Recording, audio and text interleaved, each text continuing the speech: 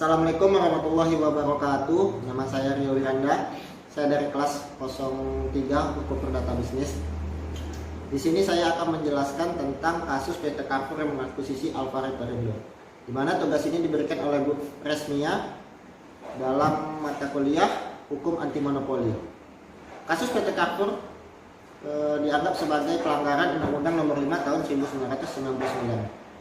Di mana kita tahu salah satu aksi perusahaan yang cukup sering dilakukan adalah pengambilan alih suatu perusahaan atau yang disebut dengan akuisisi.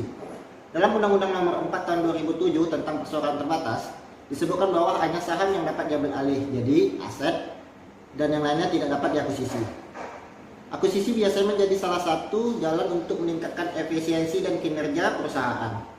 Dalam bahasa Inggrisnya dikenal dengan istilah acquisition atau takeover.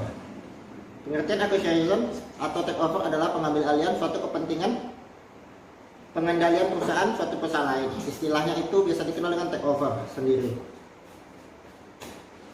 Efisiensi dari akuisisi adalah praktek jual beli, di mana perusahaan akuisisi menerima hak atas saham dari perusahaan terakuisisi, dan perusahaan yang terakuisisi akan menerima hak atas jumlah uang harga saham tersebut.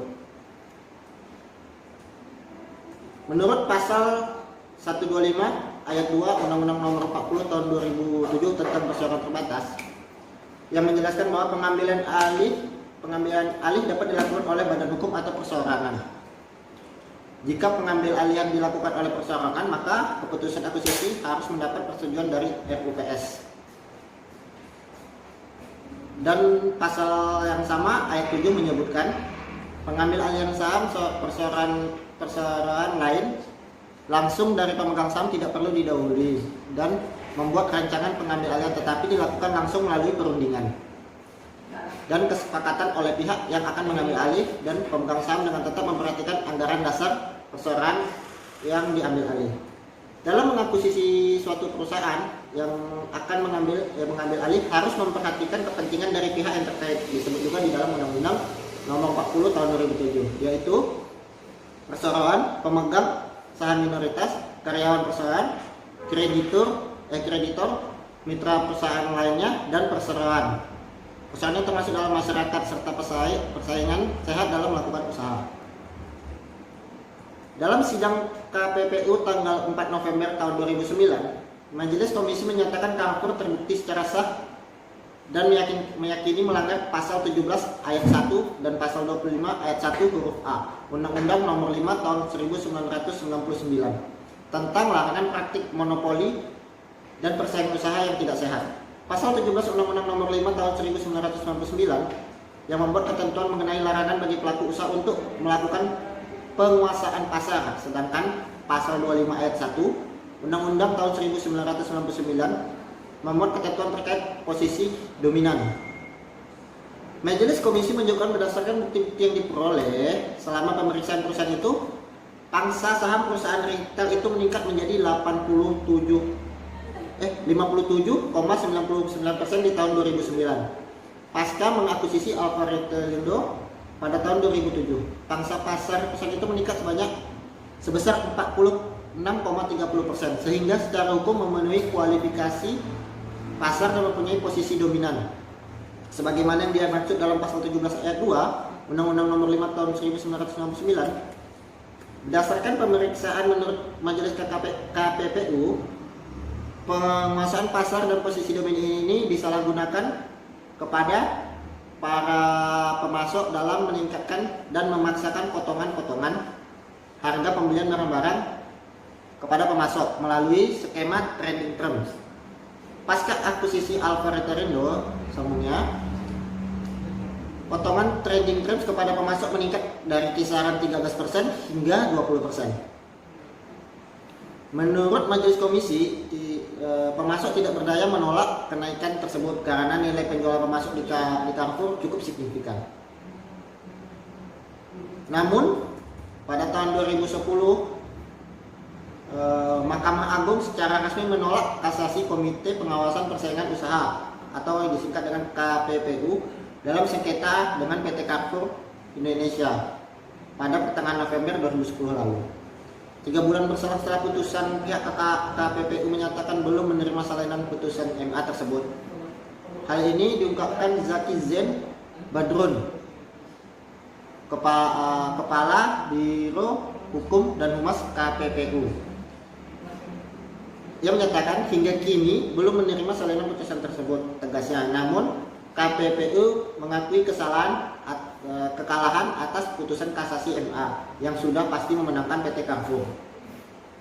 Lebih lanjut, Zaki menyatakan putusan MA sudah inkrah alias berkekuatan hukum tetap, dan ini akan tetap diterima oleh KPPU.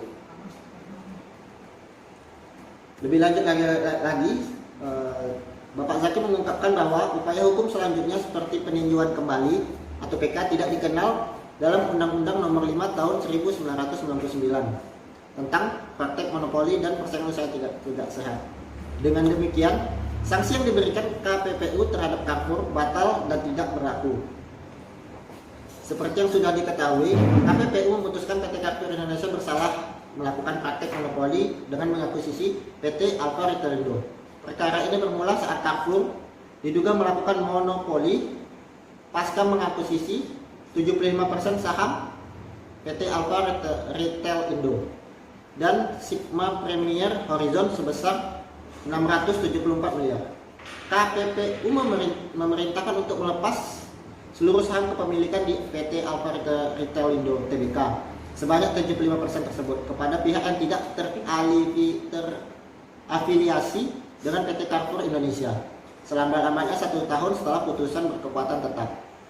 Selain itu, KPPU juga menghukum PT Carrefour Indonesia untuk membayar denda 25 miliar yang harus disetorkan ke kas negara.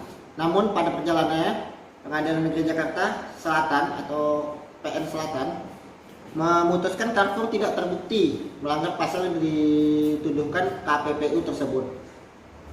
Jadi bisa kita ambil kesimpulan, keputusan yang diambil KPPU tidak serta-merta bisa menjerat suatu perusahaan yang dianggap melakukan pelanggaran monopoli atau persaingan usaha yang tidak sehat. KPPU hanya bertugas untuk menganalisis dan mencari kesalahan yang terdapat di dalam menjalankan suatu perusahaan. Untuk keputusan yang lebih inkrah atau bersifat tetap itu tetap diambil dari Mahkamah Agung, sehingga KPPU ini hanya sebagai komisi untuk pemantauan dalam melakukan suatu usaha. Sehingga KPPU ini bisa saja, keputusan KPPU ini bisa saja tidak benar dan membuat harga saham dari suatu perusahaan itu hancur. Pelanggaran etika bisnis dapat melemahkan daya saing hasil industri di pasar internasional. Ini bisa terjadi sikap para pengusaha kita. Kecenderungan makin banyaknya pelanggaran etika bisnis membuat keprihatinan banyak pihak. Pengabaian etika bisnis dirasakan akan membawa kerugian tidak saja buat masyarakat, tapi juga bagi tatanan ekonomi nasional. Disadari atau tidak, para pengusaha tidak memperhatikan etika bisnis, hanya mementingkan keuntungan dan nama mereka sendiri, yang mana akibat itu bisa menghancurkan nama mereka dan negara tempat perusahaan mereka berdiri. Sekian dari saya. Wabillahi taufiq wal hidayah. Wassalamualaikum warahmatullahi wabarakatuh.